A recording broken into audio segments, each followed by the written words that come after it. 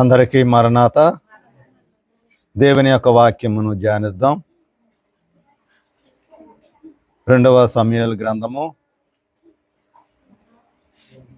3వ అధ్యాయము 3వ వచనము చదువుకుందాం. కిలియాబు అను రెండవ వాడు కర్మేలీయుడగు నాబాలు భార్య అయిన అబిగయలు వలన పుట్టెను. మూడో వాడైన అబ్సలోము గెషూరు రాజుగు తల్మాయి కుమార్తెయగు మయకా వలన పుట్టెను. చాలండి. ఈరోజు యేసుక్రీస్తు ప్రభువారు 12 మంది యొక్క శిష్యులలో ఒకరి గురించి మనము ధ్యానించబోచు ఉన్నాం. అతను ఎవరు అంటే బర్తలోమయి, లేదా వేరొక పేరుతో కూడా పిలువబడి ఉన్నాడు. నతానియేలు అని పిలువబడి ఉంది. మరి యేసుక్రీస్తు ప్రభువారు 12 మంది శిష్యులలో ఒకరి గురించి మనము ధ్యానిస్తున్నాం కదా. పాత నిబంధన గ్రంథంలో సమూయేలు గ్రంథము నుండి వాక్యము ఎలా వచ్చినది అని మనకి కొంచెం డౌట్ రావచ్చు. ఇప్పుడు మనం వంశమును తెలియపరచుకోవాలనుకోండి. మన వంశము ఏమిటి అంటే, మన తాత ముత్తాతలు ఉన్నారు, వాళ్ళ తాతలు ముత్తాతలు వంశపారపర్యంగా ఏదైతే ఉందో ఆ వంశాన్ని తెలియపరచుకోవటానికి మనము 2వ సమూయేలు గ్రంథంలో చూస్తూ ఉన్నాం. అంటే ఈ బర్తలోమి నతానియేలు అనే వ్యక్తి యేసుక్రీస్తు ప్రభువారి యొక్క శిష్యుడు. అందరూ అనుకుంటారు యేసుక్రీస్తు ప్రభువారి యొక్క శిష్యులు ఎక్కువ మంది చేపలు పట్టేవారే, కానీ అందరూ కాదు.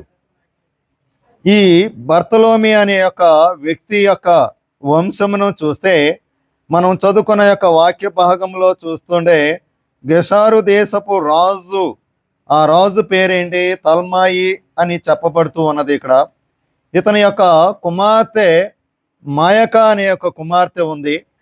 ఈ మాయకా అనే యొక్క కుమార్తె ఎవరిని పెళ్లి చేసుకుంది అంటే దావీదు రాజుని పెళ్లి చేసుకుంది. ఈ మాయకాకు దావీదుకు ఎవరు పుట్టారు అంటే అబ్సలోము పుట్టాడు.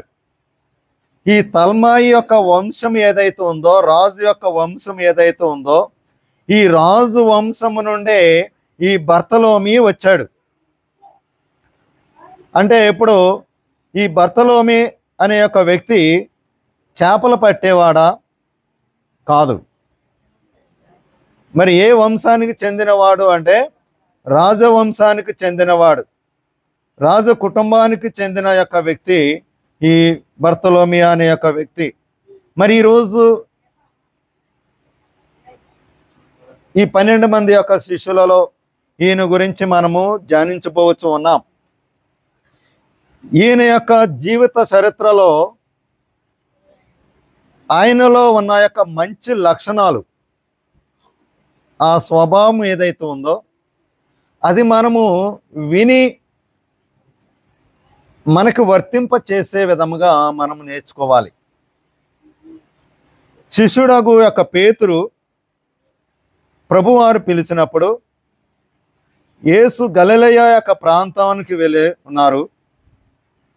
పేతురు యొక్క స్వగ్రామానికి ప్రభువారు వెళ్ళిన తర్వాత పేతురుతో పాటు ఫిలిప్పును కూడా ప్రభువారు పిలిచారు.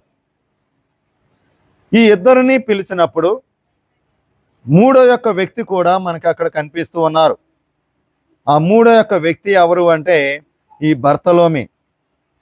ఈ నతానియేలుని ప్రభువారు శిష్యుడిగా పిలిచారు, ఎన్నుకోబడ్డాడు.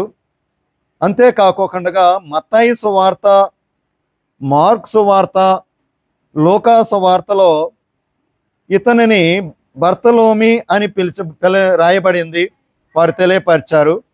కేవలం యోహాను సువార్తలో మాత్రం ఏమని పిలువబడుతున్నాడు అంటే నతానియేలు అని పిలువబడుతూ ఉన్నాడు. యేసుక్రీస్తు ప్రభువారు కలవకు ముందుగా, అంటే ప్రభు గురించి తెలుసు కానీ ఎప్పుడూ చూడలేదు ఇతను. మాట్లాడలేదు.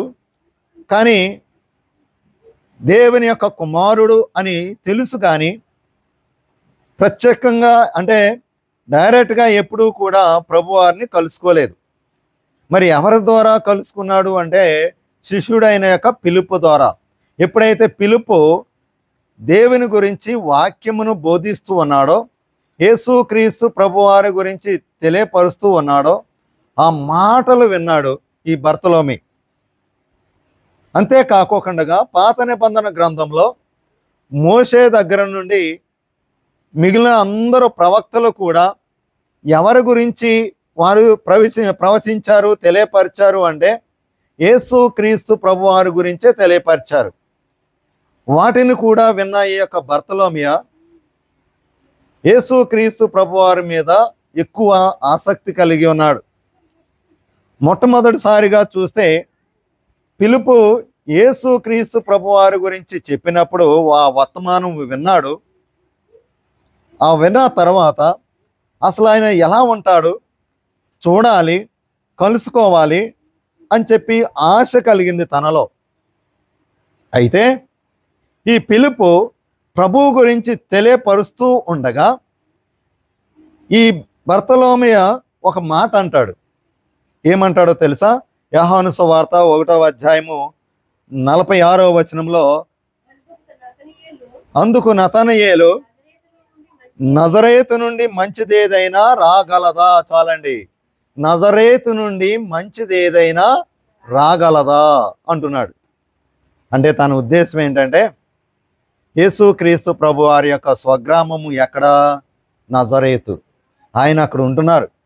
అంటే ఈ పిలుపు చెప్పేటప్పుడు ఆయన ఎక్కడున్నాడు అని తెలియపరిచాడు. అంటే నజరేతు అనే యొక్క ఊరు, అనే యొక్క గ్రామంలో ఆయన ఉన్నాడు అని చెప్పినప్పుడు ఇతనిలో ఒక అనుమానము లేదా డౌట్ అనేది వచ్చి, ఆ నజరేతు తృణీకరించబడిన యొక్క ప్రాంతము, ఊరు. ఎందుకంటే యూదులు ఈ నజరేతు యొక్క గ్రామాన్ని తృణీకరించారు. కారణము ఎందుచేతనంటే అక్కడ రోమీయులు ఎక్కువగా నివసించారంట ఈ యొక్క నజరేతు అనే యొక్క ప్రాంతంలో. ఈ రోమీయులకి వీళ్ళకి పడదు కాబట్టి ఆ ఊరిని తృణీకరించారు. ఆ ఊరిలో మంచిది ఏమీ లేదు అని తనలో ఉన్న యొక్క భావమును వ్యక్తం చేస్తూ ఉన్నాడు. మంచిది ఏదైనా చూడగలమా, రాగలదా అంటున్నాడు. నేను కూడా అప్పుడప్పుడు అనుకునేవాడిని, ఎంతో కష్టపడి రాజమండ్రి నుంచి ఇక్కడికి సువార్త చేయడానికి అప్పుడు వస్తున్నాం కదా, అసలు ఈ వేలువేలు గ్రామంలో మంచిది ఏదైనా ఉందా అంటే పూర్తిగా విగ్రహారాధనతో కూడినది. ప్రతి వీధిలో కూడా ఏమున్నాయండి? గుళ్ళు ఉన్నాయి, విగ్రహాలు ఉన్నాయి. అంత కష్టపడి వెళ్తున్నాం కదా, ఆ ఊరిలో ఏమైనా మంచిది అనేది మనం చూడగలమా అనే అనుమానం కూడా కలిగింది. అదేవిధంగా ఈ నజరేతు అనే యొక్క ఊరిలో యేసుక్రీస్తు ప్రభువారు ఉంటే, అలాంటి చెడ్డ ఊరిలో, ఫలితము లేని ఊరిలో, విగ్రహారాధనతో కూడిన యొక్క ఊరిలో దేవుని యొక్క కుమారుడు ఉండడం ఏంటి? అసలు అక్కడి నుంచి మంచిదేమైనా వస్తుందా అని ప్రశ్న వేశాడు ఈ బర్తలోమి. అయితే పిలుపు ఏమంటున్నాడో తెలుసా? నువ్వు వెళ్ళి అక్కడ చూడు, చూసిన వెంటనే నీకు జవాబు దొరుకుతుంది అన్నాడు. చూడండి, ఎప్పుడైతే ఈ మాట అన్నాడో ఈ బర్తలోమిలో ఆశ కలిగింది. అవునా, ఏమైనా సరే నేను వెళ్ళి చూడాలి, ఆ నజరేతుకు వెళ్ళాలి అని చెప్పి బయలుదేరాడు ఈ బర్తలోమి. ఈ బర్తలోమి యొక్క పరిచర్య ఏ విధంగా ఉంది అంటే, నజరేతు అనే యొక్క పట్టణము గలిలయ ప్రాంతానికి చెందినది. ఇది అది ఒక గ్రామంలాగా ఉంటుంది, కానీ పట్టణము అని కూడా పిలువబడుతుంది. అక్కడే యేసుక్రీస్తు ప్రభువారు పెరిగి పెద్దవారై ఉన్నారు.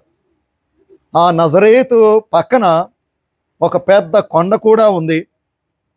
గలిలయ సముద్రం కూడా అక్కడే ఉంది. ఈ నజరేతుకిను ఆ సముద్రానికి 24 మైళ్ళ దూరంలో ఉంది అక్కడ. అలాగే కొండలు, పర్వతాలు కూడా అక్కడ ఉన్నాయి. కర్మేలు, తాబోరు అనే యొక్క కొండలు అక్కడ ఉన్నవి. యేసుక్రీస్తు ప్రభువారు చిన్నతనంలో, బాల్య దశలో యేసేపు మరియలు వారు ఆ యొక్క గ్రామంలో స్థిరపడినప్పుడు ఈ నజరేతులోనే జీవించి ఉన్నారు. ఐగుప్తుకు వెళ్ళిన తర్వాత యేసేపు మరియలు మళ్ళా తిరిగి ఈ నజరేతుకు వచ్చారు.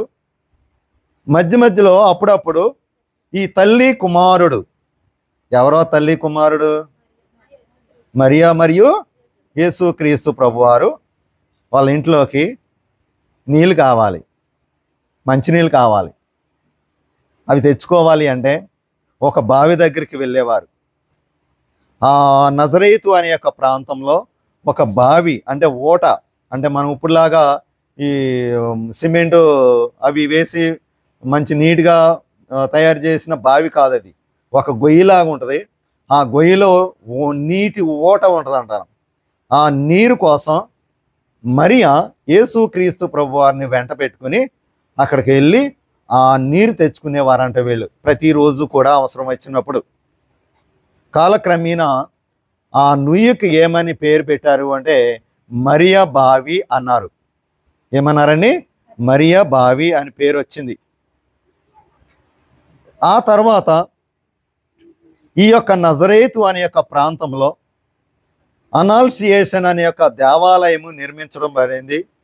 యేసుక్రీస్తు ప్రభువారు ఎక్కడైతే నివసించారో, ఏ గృహంలో అయితే ఉన్నారో నజరేతులో, ఆ గృహమే పెద్ద దేవాలయము తయారైంది. ఇప్పుడు మనం అక్కడికి వెళ్ళి చూస్తే అక్కడ ఒక పెద్ద దేవాలయం ఉంటుందంట.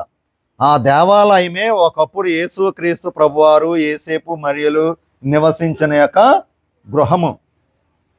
అంతేకాకుండా ఈ నజరేతులో గ్రీకు సంఘము అనేది స్థాపించబడింది.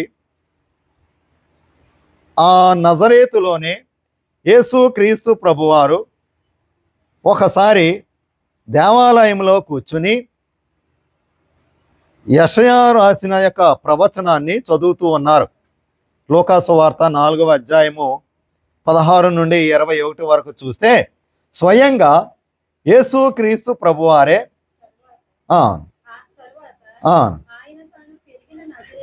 ఆయన తాను పెరిగిన నజరేతుకు వచ్చి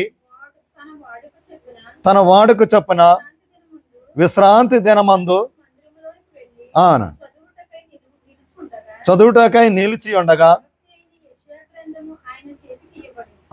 ప్రవక్త అయిన యెషయా గ్రంథము ఆయన చేతికి ఇవ్వబడెను. ఇప్పగా బేదలకు సువార్త ప్రకటించుటకు అభిషేకించెను. అవును,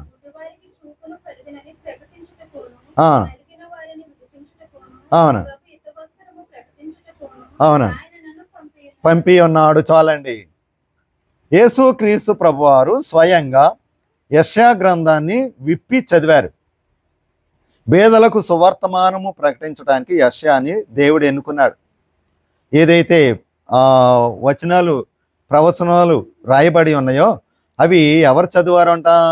యేసుక్రీస్తు ప్రభువారు. ఎక్కడ చదివారు అంటే నజరేతు అనే యొక్క గ్రామంలోనే చదివారు. ఈ బర్తలోమి లేదా నతానియేలు ఈ కానా అనే యొక్క ఊరికి సంబంధించిన వాడు, ఇజ్రాయేలుడు.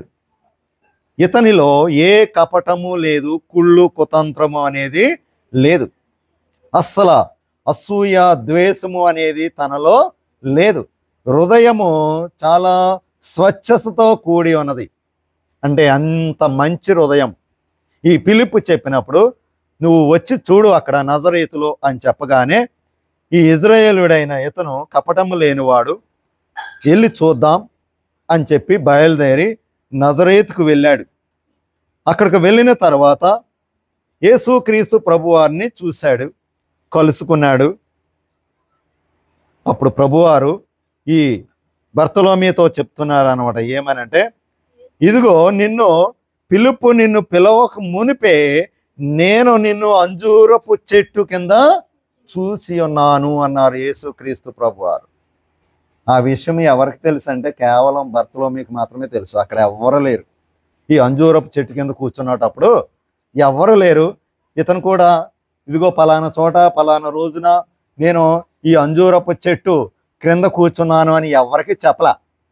అయితే యేసుక్రీస్తు ప్రభువారు ఎప్పుడైతే బర్తలోమీయుకు చెప్పారో, ఇదిగో నువ్వు ఫలానా చోట అంజూరపు చెట్టు కింద నువ్వు కూర్చొని ఉన్నావు అని చెప్పగానే, అంతకుముందు తను వేసిన ప్రశ్న ఏంటి? ఈ నజరేతు నుండి మంచిది ఏదైనా రాగలదా అని చెప్పాడు కదా. వెంటనే తను గ్రహించాడు. ఏమని గ్రహించాడంటే, నిజముగా ఈయన దైవ కుమారుడే, నిజముగా ఈయన దైవ కుమారుడే అని గ్రహించి ఏమంటున్నాడు అంటే, ఈ బర్తలోమే, బోధకుడా, నీవు నిజముగా దేవుని కుమారుడవు, ఇజ్రాయేల్ యొక్క రాజువు అని చెప్పి, ఈ అంజూరపు చెట్టు ఏదైతే ఉందో అక్కడ చూసి ఉన్నాను అని చెప్పాడు కదండి. ఇది ఒక అద్భుత కార్యమే. ఎందుకంటే అది కేవలం దేవునికి మాత్రమే తెలుసు, ఇంకెవరికి తెలియదు. కాబట్టి తను విశ్వసించాడు. కాబట్టి ఇదిగో నీవు కేవలం ఈ ఒక్క మాటకే ఇంత ఆశ్చర్యపోతున్నావే. ప్రభువారు చెప్తున్నారు. ఎవరితోనూ? బర్తలోమీయు నతనయేలుతో చెప్తున్నారు. ఈ ఒక్క ఆశ్చర్య కార్యానికే నువ్వు అలా ఉంటే, ఇదిగో నీవు నన్ను వెంబడించినట్టయితే ఇంకా వీటికంటే గొప్ప కార్యములు నువ్వు చూస్తావు. అంతేకాకుండా దేవదూతలు ఆకాశము నుండి భూమికి, భూమి నుండి ఆకాశానికి నిచ్చెన వేసుకుని ఎక్కుతూ దిగుతూ ఉండటం అనే యొక్క అద్భుత కార్యమును నువ్వు చూస్తావు అని చెప్పి యేసుక్రీస్తు ప్రభువారు ఈ బర్తలోమీయుకు చెప్పారు. ఒకరోజు యేసుక్రీస్తు ప్రభువారు మరణించి సమాధి చేయబడిన తర్వాత పునరుత్థానము తర్వాత ఒకరోజు పేతురు మిగిలిన శిష్యులందరూ కూడా సముద్రంలో చేపల వేటకు వెళ్ళారు. మీకు ఈ సంఘటన తెలుసు కదా. వెళ్ళినప్పుడు అదే సముద్రము అంటే తిబేరియా అనే యొక్క సముద్రం. ఆ సముద్రంలో వారు చేపలు పట్టడానికి వెళ్ళినప్పుడు వారికి ఒక్క చేప కూడా దొరకలేదు. ఈ సందర్భంలో అక్కడ ఎంతమంది అయితే శిష్యులు ఉన్నారో, యేసుక్రీస్తు ప్రభువారి యొక్క శిష్యులు ఉన్నారో, ఆ శిష్యులతో పాటు ఈ పేతురు, ఫిలిప్పుతో పాటు యోహాను గారితో పాటు ఈ బర్తలోమీయు కూడా ఉన్నాడు. ఆ సంఘటన చూసి ఉన్నాడు. యేసు యొక్క మాటలో గొప్ప కార్యము చూతువు అని ఎప్పుడైతే తెలియపరిచారో, ఈ యొక్క బర్తలోమీయు పూర్తిగా విశ్వసించాడు, దేవుని అంగీకరించాడు, నాయకునిగా స్వీకరించాడు. మరి తాను అడిగిన యొక్క ప్రశ్న మనము కూడా అప్పుడప్పుడు అడుగుతూ ఉంటాం. అస్తమానం అక్కడికి పరిగెడుతున్నారు, ఇక్కడ పరిగెడుతున్నారు, వేలు అని పరిగెట్టేస్తున్నారు. మంగళవారం వస్తే ఎంత దూరమైనా సరే ఇక్కడికి వచ్చేస్తున్నారు. అసలు అక్కడ ఏముంది చూడండి. ఆనాడు బర్తలోమీయు అడిగిన ప్రశ్న మనం కూడా అప్పుడప్పుడు చాలామంది అంటుంటారు. ఆటోలు వచ్చేస్తున్నాయి, కార్లు వచ్చేస్తున్నాయి, పెద్ద పెద్ద బళ్ళు వేసుకొచ్చేస్తున్నారు. అసలు ఈ వేలువెనులో ఏముంది చూసారండి? ఏముందో అంటే ఒకసారి వచ్చి చూడండి. ఈ బర్తలోమీయుకి ఫిలిప్పు చెప్పిన యొక్క సమాధానం. కానీ బర్తలోమీయు అన్న ప్రశ్నకు కూడా తప్పులేదు. ఎందుచేతనంటే అది తృణీకరించబడిన యొక్క గ్రామం. ఎక్కడైతే తృణీకరించబడిన యొక్క గ్రామం అయితే ఉందో ఈ నజరేతు, అక్కడ నుండే అద్భుత కార్యములు మొదలుపెట్టారు ప్రభువారు. అక్కడే ఆయన జీవించి ఉన్నారు.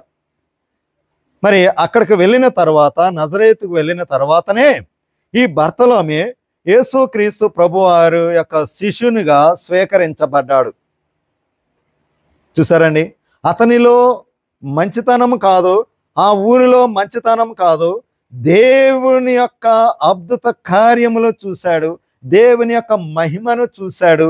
నిజముగా ఈయన దేవుని కుమారుడే అని అంగీకరించి వెంటనే ఏమైపోయాడని? శిష్యుడైపోయాడు. ఈ నతనయేలు అనే పేరుకు అర్థం ఏమిటి అంటే దేవదానం లేదా దైవ ప్రసాదము, అంటే దేవుడిచ్చిన యొక్క వరము అని అర్థం. ఇతనిలో ఉన్న యొక్క లక్షణాలు ఏమిటి అంటే, పాత నిబంధన గ్రంథములో ఉన్న యొక్క ధర్మశాస్త్రం ఏదైతే ఉందో, లేఖనములు ఏవైతే ఉన్నాయో, ఆ లేఖనముల యందు గొప్ప జ్ఞానము కలిగిన వాడు, నిరంతరము వాటిని చదివేవాడు, బాప్తిసం ఇచ్చి యొక్క యోహాను గారి యొక్క వాక్య పరిచర్యను కూడా తను అంగీకరించాడు, ప్రోత్సహించినవాడు. యేసు ప్రభువారిని కలుసుకోవడానికి జీవము గల దేవుని యందు భయభక్తులు కలిగిన వాడు. తను ప్రభువారిని స్వయంగా చూడకముందే దేవుని ఆరాధించి ఉన్నాడు. రోజు ప్రార్థన చేసుకునేవాడు, పరిశుద్ధ గ్రంథాన్ని చదువుకునేవాడు, భయభక్తులు కలిగినవాడు. అంతే తప్ప శిష్యుడిగా మారిన తర్వాత భయభక్తులు పొందుకోలే, ముందుగానే భయభక్తులు పొందుకొని ఉన్నాడు. అందుచేత ఇతనిలో గొప్ప లక్షణము కలిగి ఉంది. అదే దేవుని చొప్పున నడుచుకోవడం. వెంటనే బోధకుడా అని పిలవడానికి కారణం ఏమిటంటే తనలో ఉన్న యొక్క భయభక్తి, విశ్వాసము, తన యొక్క జీవిత నడవడిక అదే దారి తీసింది. మరి ఇక్కడ యేసుక్రీస్తు ప్రభువారు వాగ్దానం ఇచ్చారు ఈ యొక్క బర్తలోమేకి. ఏమనంటే నీవు గొప్ప కార్యములు చూతువు.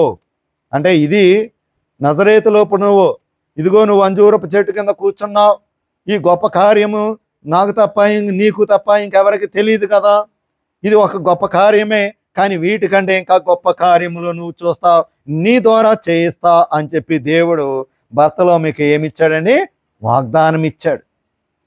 ఈ నతానియేలు లేదా బర్తలోమియా పాలస్తీనా దేశంలో సామాన్యమైన అంజూరపు చెట్టు కింద కూర్చున్నాడండి. నిజంగా కూర్చున్నాడు. ఎందుకు కూర్చున్నాడు? ఈ అంజూరపు చెట్టు కింద ఎందుకు కూర్చున్నాడు అంటే యేసుక్రీస్తు ప్రభువారికి శిష్యుడిగా అవ్వక ముందే నేను చెప్పాను కదా, ఇతడు దైవ భక్తి కలిగిన వాడు, దేవుని యందు భయభక్తులు కలిగిన వాడు. కాబట్టి ఈ అంజూరపు చెట్టు పాలస్తీనా దేశంలో ఒక అంజూరపు చెట్టు కింద కూర్చుని దైవ జ్ఞానము చేస్తూ ఉన్నాడు. చూసారండి, దేవుని యందు భక్తి కలిగి ఉన్నాడు కాబట్టి ధ్యానం చేస్తున్నాడంట. ఈ ధ్యానం చేసే యొక్క ఆచారము ఎవరిది అంటే యూదులది. యూదులందరూ కూడా ఇలాగే చేస్తారంట. అందుచేత బర్తలోమియా అనే యొక్క వ్యక్తిలో మంచి లక్షణము కలిగి ఉన్నాడు. ఈ బర్తలోమియా అనే యొక్క పేరు కేవలం మత్తయి సువార్త, మార్కు సువార్త, లూకా సువార్తలో మనం చూస్తూ ఉన్నాం. యోహాను సువార్తలో అయితే ఏమని పిలువబడుతుందండి? నతానియేలుగా గుర్తింపబడింది. ఎప్పుడు నతానియేలుగా గుర్తింపబడింది అని అంటే 9వ శతాబ్దము రోజున, అంటే 9వ శతాబ్దమునందు ఇతని యొక్క పేరు నతానియేలుగా గుర్తింపబడింది. ఈ బర్తలోమియా అనే యొక్క పేరు కేవలం యోహాను సువార్తలోనే మనము చూస్తూ ఉన్నాం, మిగిలిన చోట ఎక్కడా ఉండదు. అపోస్తల కార్యంలో కూడా ఏమని ఉంటుందంటే బర్తలోమియా అనే కూడా ఉంటుంది. ఈ పిలుపు పేరుతో పాటు ఇతని పేరు కూడా బర్తలోమియా అని రాయబడింది అపోస్తల కార్యంలో. అయితే యేసుక్రీస్తు ప్రభువారిని కనుగొనటం వలన ఇతను ఏమంటున్నాడో తెలుసా? నేను యేసుక్రీస్తు ప్రభువారిని కనుగొనడానికి, చూడటానికి నజరేతుకు నేను వెళ్ళలా అంటే వెళ్ళాడు, కానీ యేసుక్రీస్తు ప్రభువారే నన్ను కనుగొన్నారు. చూసారా? అంటే తాను అక్కడికి వెళ్ళటానికి ఆ మనసు పుట్టించింది ఎవరు అంటే దేవుడే. అందుచేత మంచిది ఏదైనా దొరుకుతా అని నజరేతులో ప్రశ్న వేసినప్పుడే యేసుక్రీస్తు ప్రభువారు డిసైడ్ అయిపోయారు. పోయి నతానియేలు, బర్తలోమి నువ్వు వస్తున్నావురా అని ముందుగానే ప్రభువారు తనని చూడాలని నిర్ణయించుకున్నారంట.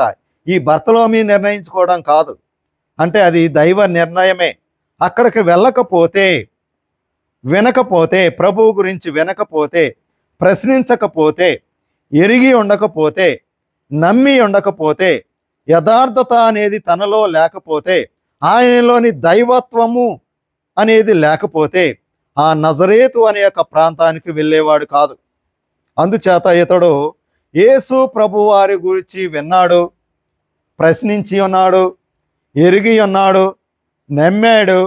ఆయనలోని యొక్క దైవత్వమును తన స్వకీయ సంభాషణ ద్వారా, స్వకీయ సంభాషణ అంటే స్వయంగా డైరెక్ట్గా ప్రభువుతోనే మాట్లాడాడు. మాట్లాడిన తర్వాత తన నాయకునిగా తను నిర్ణయించుకుని ప్రభు ఎప్పుడు పిలుస్తారా నోటి నుండి అని ఎదురు చూస్తూ, ఇదిగో నీవు నా శిష్యుడిగా రా అని పిలవగానే తను వెంటనే అంగీకరించాడండి. ఎలా అంగీకరించాడంటే తన మనసు పూర్తిగా హృదయపూర్వకంగా అంగీకరించాడు. అంటే మనము నోటితో అంగీకరించడం కాదు, దేని నుంచి అంగీకరించాలంటే హృదయపూర్వకంగా అంగీకరించాలి. యేసుని ఎప్పుడైతే తను అంగీకరించాడో ఈ నతానియేలు బర్తలోమి ఒక ప్రత్యేకమైన దీవెన కూడా పొందుకున్నాడు, ఆశీర్వాదము పొందుకున్నాడు. ఆ ఆశీర్వాదం ఏమిటి అంటే పరలోకము నుండి భూమి మీదకి దేవదూతలు ఎక్కుతూ దిగుతూ ఉన్నారు. యేసుక్రీస్తు ప్రభువారు ఈ పరలోకానికి భూమికి మధ్యవర్తిగా అక్కడ కనిపిస్తూ ఉన్నారు. అంటే దైవ దర్శనములు, అంటే దేవుని యొక్క శక్తి, పరిశుద్ధత ఈ నతానియేలు బర్తలోమి అనే ఒక వ్యక్తి పొందుకున్నాడండి. అంతేకాకుండా తనలో అనేక వినయ విధేయత, భక్తి, చూడండి, యథార్థత, పరిశుద్ధత ఇవేవైతే ఉన్నాయో తనలో, అవి ప్రభువారు చూసి తన యొక్క యథార్థతను బట్టి స్వయంగా యేసుక్రీస్తు ప్రభువారే ఈ బర్తలోమిని మెచ్చుకున్నారంట. ఏం చేశారండి? మెచ్చుకున్నారు. ప్రభువారు ఇప్పుడు మనల్ని మెచ్చుకున్నారనుకో, అస్సలు మనం భూమి మీద ఉండం, ఎక్కడ గాలిలో తేలుతాం. గాలిలో తేలుతాం అంటే స్వయంగా ప్రభువే నాతో మాట్లాడి నన్ను మెచ్చుకున్నారు, నేను అంత దాన్ని లేను, నా అంతటి వాడు లేడు అని ఎక్కడ తేలుతామండి? గాలిలో తేలుతాం. కానీ ప్రభు ఈ బర్తలోమిని మెచ్చుకునేటప్పుడు తనలో ఎలాంటి గర్వము కానీ సంతోషము ఉప్పొంగలేదంట. చూసారండి, మంచి గుణము కలిగిన యొక్క వ్యక్తి ఈ బర్తలోమి. యేసుక్రీస్తు ప్రభువారు ఆయనలో, ప్రభువారిలో దైవతత్వమును చూసి ఈ బర్తలోమి మీద దయా కనికరము చూపించిన యొక్క పొందిన యొక్క వ్యక్తి ఎవరు అంటే ఈ బర్తలోమి.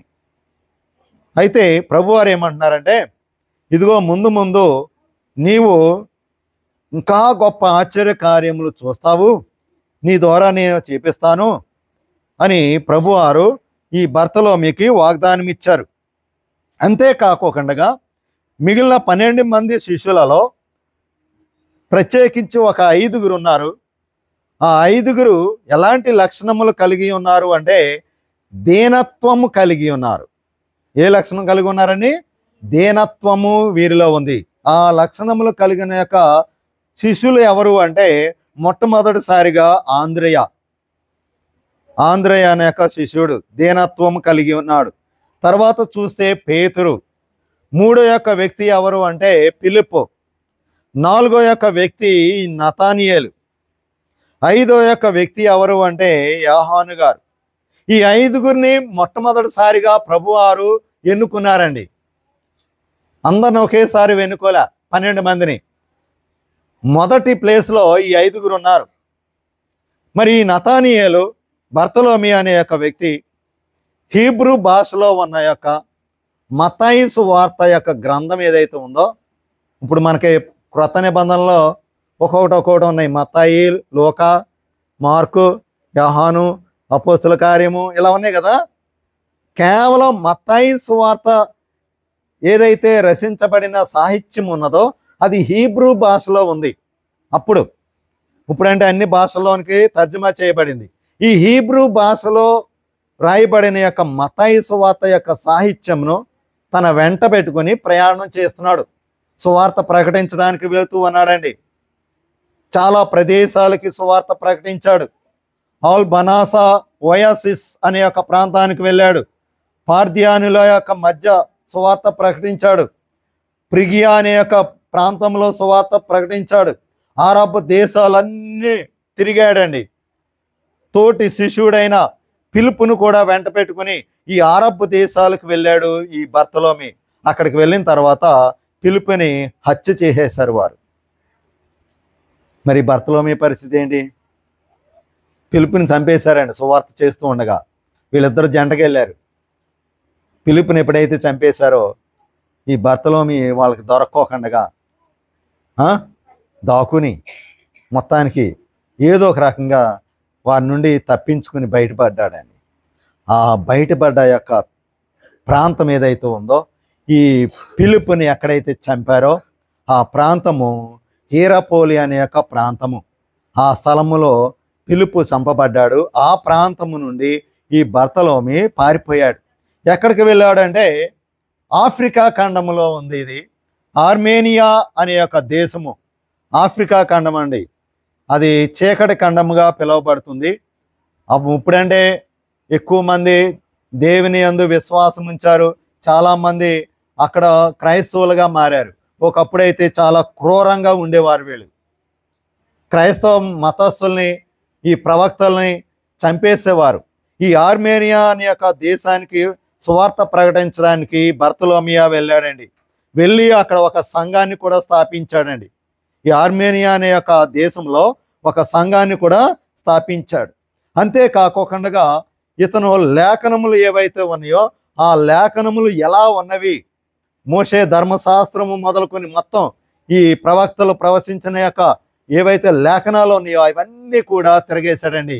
ఈ బర్తలోమియా చదివాడు. మెషయ యొక్క వాగ్దానాల్ని చూశాడు, ప్రవచనాల్ని గ్రహించాడు. ఈ బర్తలోమియా దైవానుగ్రహము కూడా పొందుకున్న యొక్క వ్యక్తి. అత్యున్నతమగు నీతి ప్రవక్తన కలిగిన వాడు, అంటే మంచి ప్రవక్తన తనలో ఉంది.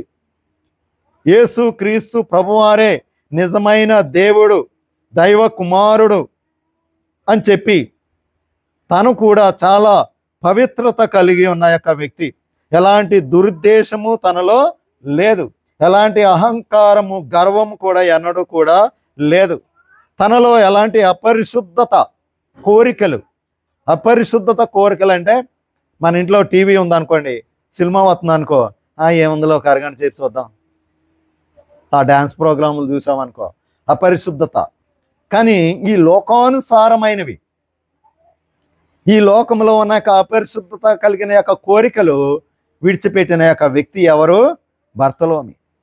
చూసారండి, మృదువైన హృదయము కలిగిన వాడు. మృదువైన హృదయం అంటే ఏమండి, చాలా మంచి హృదయం, మంచి మనసు కలిగిన వాడు. యేసు క్రీస్తు ప్రభువారి యొక్క నాయకత్వంలో ఆయనే నా నాయకుడు, ఆయనే నా గురువు, ఆయన చెప్పిన విధంగా నేను నడుచుకుంటా అని నిర్ణయించుకున్న వాడిలో మొట్టమొదటి వ్యక్తి, శ్రేష్ఠుడు అయిన వాడు ఈ బర్తలోమియే. ఎందుచేతనంటే ఈ బర్తలోమియోలో ఆత్మీయ తృష్ట అంటే కోరిక, ఆత్మీయంగా నేను జీవించాలి, ఆత్మీయత అనేది నాలో ఉండాలి, నీతి కొరకు ఆశ కలిగిన యొక్క వ్యక్తి ఈ నతనీయేలు లేదా బర్తలోమియా. విశ్వాసమును ప్రదర్శించాడు.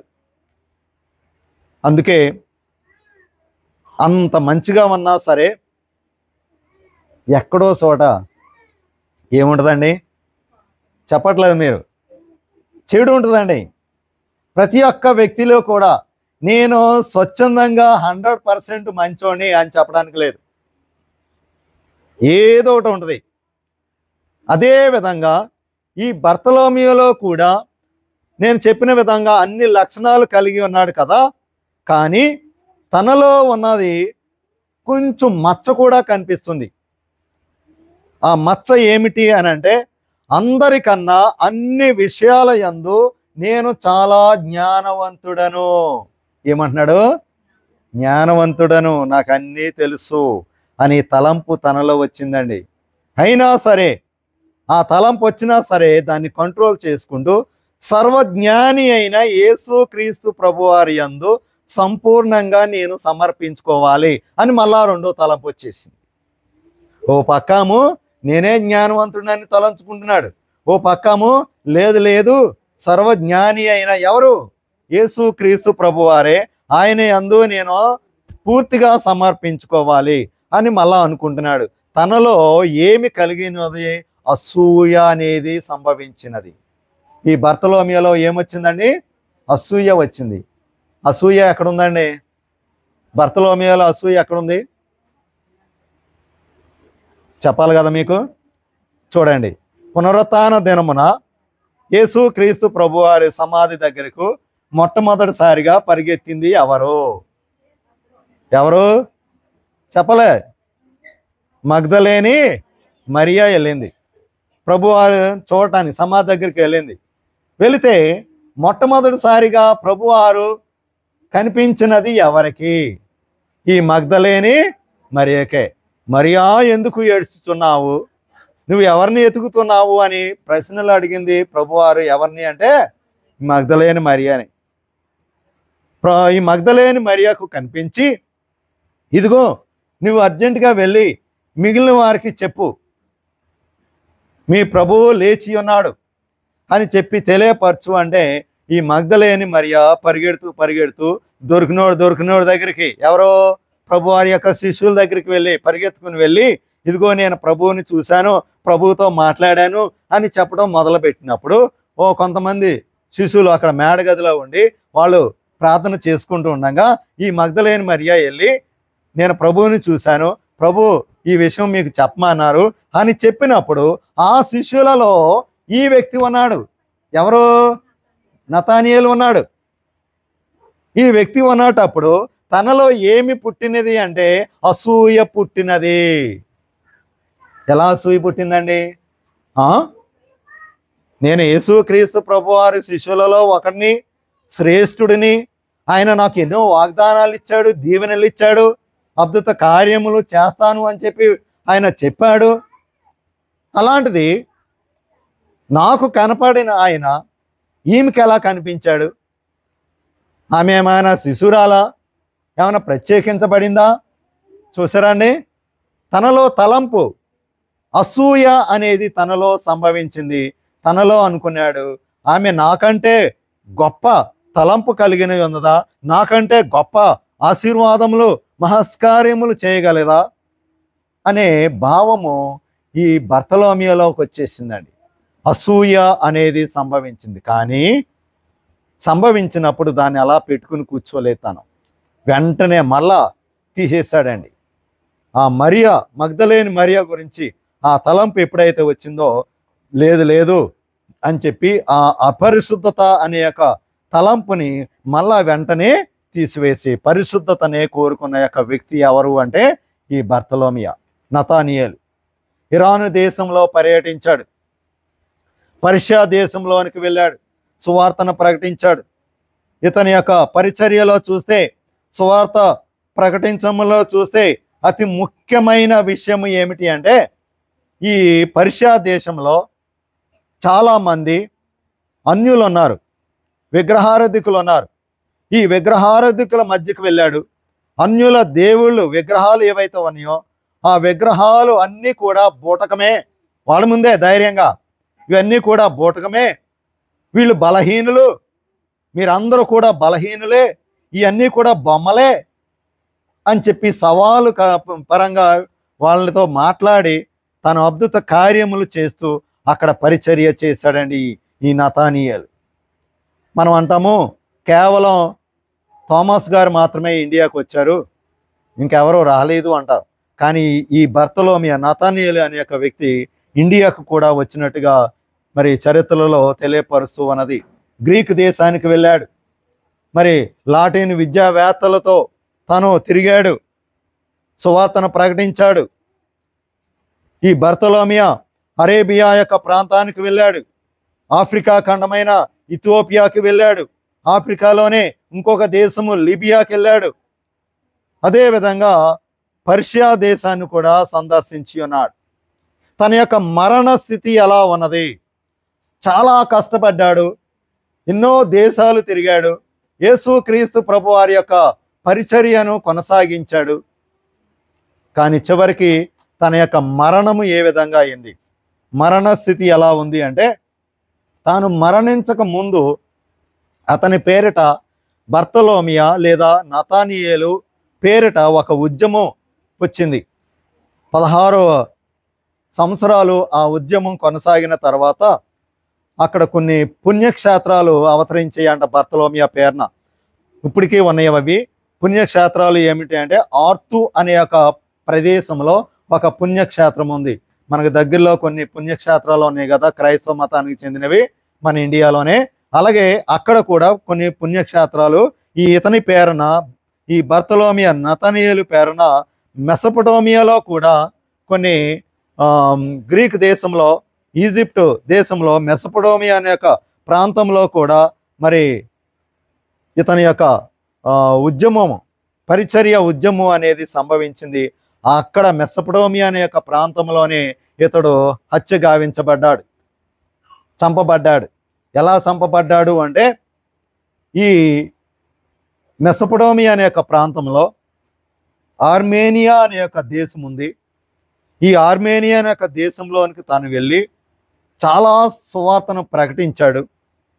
ప్రకటిస్తూ బోధిస్తూ ఉండగా అక్కడ ఎక్కువ మంది ఎవరు ఉన్నారంటే అన్యులు ఉన్నారు, విగ్రహారాధికులు ఉన్నారు. నేను చెప్పాను కదా, వీధి వీధికి ఏమున్నాయండి, గుళ్ళు ఉన్నాయి. వాళ్ళ దగ్గరికి వెళ్ళి చూసారండి, వాళ్ళ విగ్రహారాధనలు ఏవైతే ఉన్నాయో అవన్నీ కూడా ఖండిస్తూ, అద్భుత కార్యంలో చేస్తూ, మీదంతా కూడా బూటకమే, ఉత్తితే ఏమీ లేదు మీది అని చెప్పి, నిజమైన దేవుడు యేసు క్రీస్తు ప్రభువారే అని చెప్పి మహస్కార్యములు చేస్తే వాళ్ళు సరే అని ఒప్పుకున్నారా? ఒప్పుకున్నారండి? ఒప్పుకోలే. ఏం చేశారో తెలుసా? పట్టుకుని బంధించి ముందుగా తన చర్మాన్ని వలిచారు.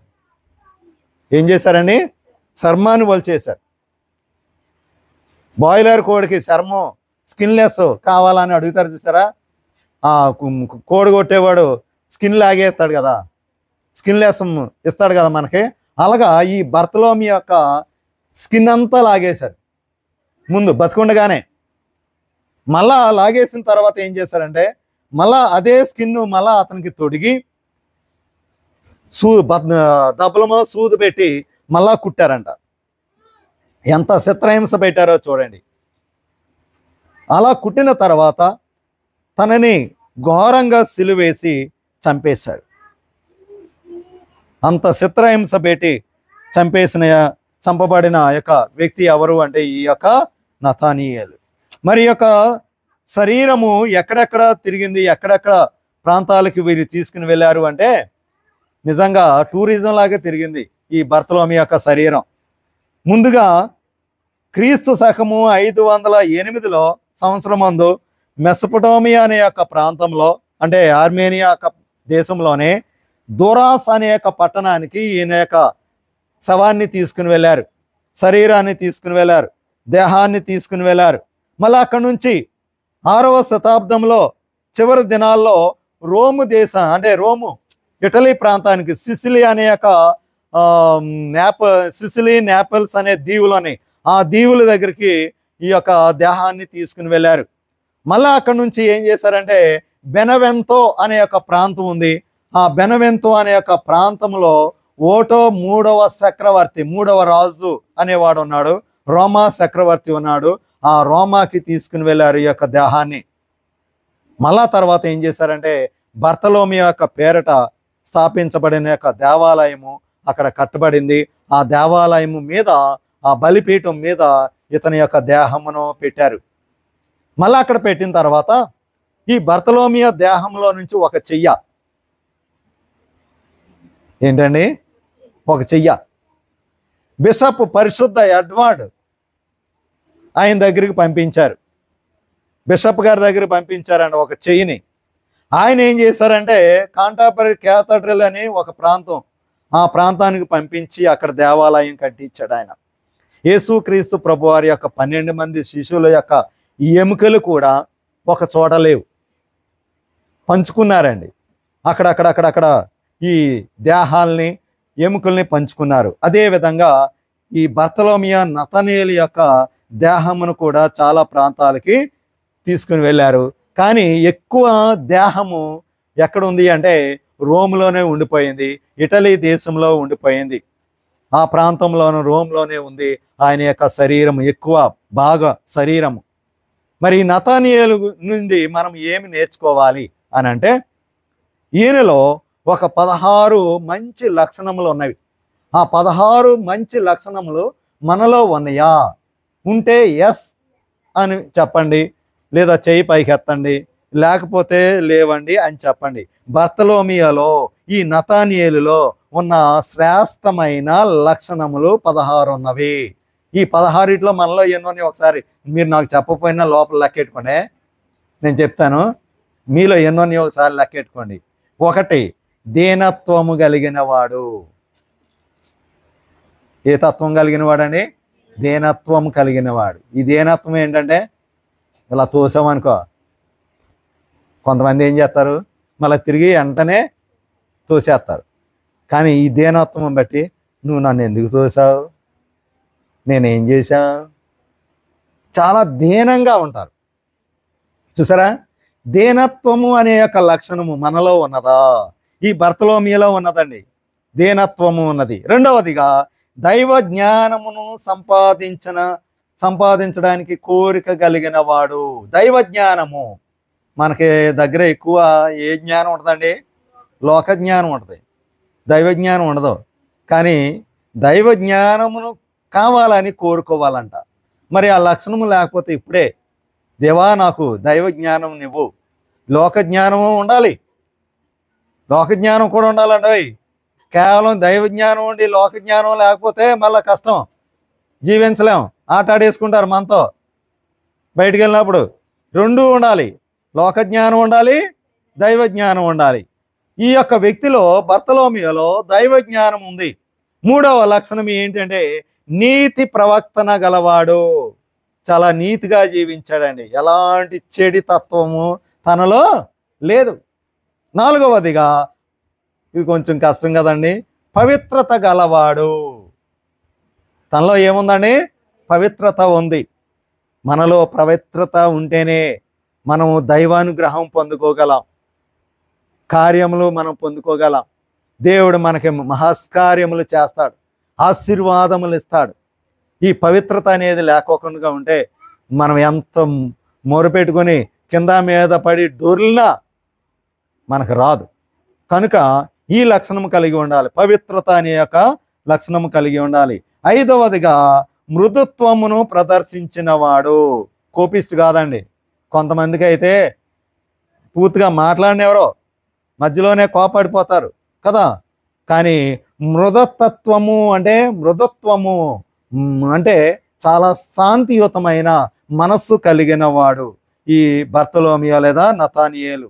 ఆరవదిగా చూస్తే భక్తి మర్యాదలు, దేవుని యందు భయభక్తులు కలిగిన వాడు, వినయ విధేయత కలిగిన వాడు. దేవుడు ఎలా చెప్తే అలా విన్నాడండి తన మరణించే వరకు కూడా. మరొక విషయం ఏంటి తెలుసండి, తన శరీరం నుండి ఆ స్కిన్ ఏదైతే ఉందో ఆ తోలు తీస్తుంటే, శరీరం ఒలుస్తుంటే ఏడవలేదు, లబో దిబో అనలేదు, మమ్మీయో డాడీయో అనలేదు. చాలా ఆనందంగా దేవుని తలుచుకున్నాడంట. మళ్ళా ఒలిచేసిన చర్మాన్ని మళ్ళా తొడుగుతూ కుడుతుంటే చాలా భయంకరమైన నొప్పి కదా, అయినా సరే ఆనందించాడంట, దేవునిలో ఆనందపడ్డాడంట. ఇదిగో నేను ఇంత దేవుని కొరకు ఇంతగా మరణించబోతున్నాను, నేను ఎంత భాగ్యుడను అంటూ సంతోషించాడే తప్ప బాధపడలేదంట. నీతి కొరకు ఆకలి దప్పిక కలిగిన వాడు ఎప్పుడూ కూడా తప్పిపోలేదండి. అహంకారము, గర్వం వచ్చినా, అసూయ వచ్చినా దాన్ని వెంటనే మళ్ళా తీసేసుకునేవాడు. అంటే నీతి కొరకు ఆకలి దప్పిక కలిగిన వాడు. దైవ సత్యమును వెతికాడు, ఎప్పుడూ కూడా దేవుణ్ణే వెతికేవాడు అంట. సంపూర్ణ సమర్పణ గలవాడు. అంటే తన యొక్క హృదయం నుండి మనం ఏం చేస్తాం, మా నోటి నుండి సమర్పణ చేసుకుంటాం. ఏం చేసుకుంటాం, దేవా ఇదిగో నాకు ఫలానా కార్యం చేయి, కార్యం చేయగానే నేను మా సంఘంలో అందరికీ బాస్మతి రైస్తో బిర్యానీ పెట్టేస్తాను, మటన్తో కలిపి పెడతాను అని చెప్పి మామూలుగా మాట ఇచ్చేస్తాం. మన కార్యం జరిగిపోయింది. ఆ తర్వాత బాస్మతి అబ్బోడు అంత రేటు, చికెనా అబ్బో వద్దు, మటనా ఇంకా రేటు ఎక్కువ, వద్దులే అనుకుంటాం. అంటే నోటితో సమర్పణ. అది మనం చేసేది ఏంటని నోటితో సమర్పణ. కానీ రెండూ చేయాలి, హృదయము నుండి నోటితో రావాలి. ఈ హృదయంలో ఎప్పుడైతే మనం సమర్పించుకున్నామో అది ఆటోమేటిక్గా ఏమవుతుంది, నోట్లోకి వస్తుంది, అది సమర్పించుకుంటాం. కానీ మనం ఏం చేస్తామంటే ఎక్కువ సమర్పణ దేంతో చేస్తామంటే నోటితో చేస్తాం, హృదయంతో చెయ్యం. కానీ ఈ నతానియేలు ఎప్పుడు సమర్పించుకున్నా సరే తన యొక్క హృదయం నుండే చేసుకునేవాడు, సంపూర్ణ సమర్పణ కలిగిన వాడు, కపటము లేనివాడు, కుళ్ళు కుతంత్రాలు ఇతనిలో లేవు. ఎన్ని వచ్చినాయి అండి? ఇప్పటికి 11 వచ్చినాయి. ఈ 11లో మనకి ఎన్ని టిక్కులు వచ్చినాయి మీరు చెప్పర్లే, నేను అడగను. యేసు క్రీస్తునందు విశ్వాసులకు మాదిరిగా జీవించిన వాడు అంటే ఇతను క్రైస్తవుడు, పరిచర్య చేస్తున్నాడు, దైవ సేవకుడు, యేసు ప్రభు వారి యొక్క శిష్యుడు అని నిరూపించాడు. అంటే తప్ప ఆ కొద్దిసేపు మాత్రమే వాక్యాన్ని బోధించి ఆ తర్వాత తన పని తాను చేసుకునేవాడు కాదు. అంటే ప్రజలకి, విశ్వాసులకి, ఆ చుట్టూ ఉన్న వాళ్ళకి ఏ విధంగా జీవించాలో నిరూపించి చూపించాడంట. అలాంటి మంచి లక్షణము కలిగిన వాడు. ఇంకోటి ఏంటంటే తెలుసండి, ప్రార్థనాపరుడు, నిత్యము కూడా ప్రార్థన చేసుకునేవాడు. ఈ లక్షణము మనలో ఉండాలండి. దేవుని అందలి గల విశ్వాసాన్ని ప్రదర్శించాడు. దేవా, ఇదిగో నీ కొరకు నేను ఇన్ని శ్రమలు పడుతున్నా అయినా పర్లేదు, నేను భరిస్తా, నీ పరిచర్య చేయాలి నేను అని విశ్వాసాన్ని ప్రదర్శించిన యొక్క వ్యక్తి ఈ నతానియేలు. ఎక్కువ జ్ఞానము గలవాడని ఎంచుకొనిన వాడు. చూసారా గర్వం? ఇది కావాలి మనకే, ఇది కావాలా? 16 లక్షణాల్లో లాస్ట్కి 15వ లక్షణం ఏంటంటే తను ఏమనుకున్నాడంటే ఎక్కువ జ్ఞానము గలవాడను. అంతేకాకోకుండా నేను యేసుక్రీస్తు ప్రభు వారికి బాగా దగ్గరగా ఉన్నాను, ఆయనతో స్వయంగా మాట్లాడాను నజరేతులో, ఆయన ఒక వాగ్దానం ఇచ్చాడు, వీటికంటే ఇంకా గొప్ప కార్యములు చూస్తామని వాగ్దానం ఇచ్చాడు కదా, ఈ మగ్దలేని మరియకే ఎందుకు కనపడాలి? నాకు కనపడాలి కదా. ఈవిడ చెప్తే నేనేంటమేంటి? చూసారా, అహంకారము, అసూయ, గర్వము, ఇలాంటి లక్షణాలు కూడా తనలో ఉన్నాయి. ఇంకా చివరిగా ఇదైతే మీ అందరూ ఒప్పుకుంటారు అండి, ఇదైతే మీరు అందరూ ఒప్పుకుంటారు. 16వ లక్షణము ఈ బర్తలోమియా కలిగినది అమాయకుడు. మీరు అమాయకులు కాకపోయినా సరే మీరు ఏమంటారు తెలుసా? నేను చాలా అమాయకురాలు, నీకు తెలుసా, నాకు అసలు ఏం తెలియదు, నేను చాలా అమాయకుడిని అంటారు కదా. ఈ బర్తలోమియా నతానియేలు అమాయకుడే కానీ దైవ జ్ఞానములో చాలా తెలివైన వాడు.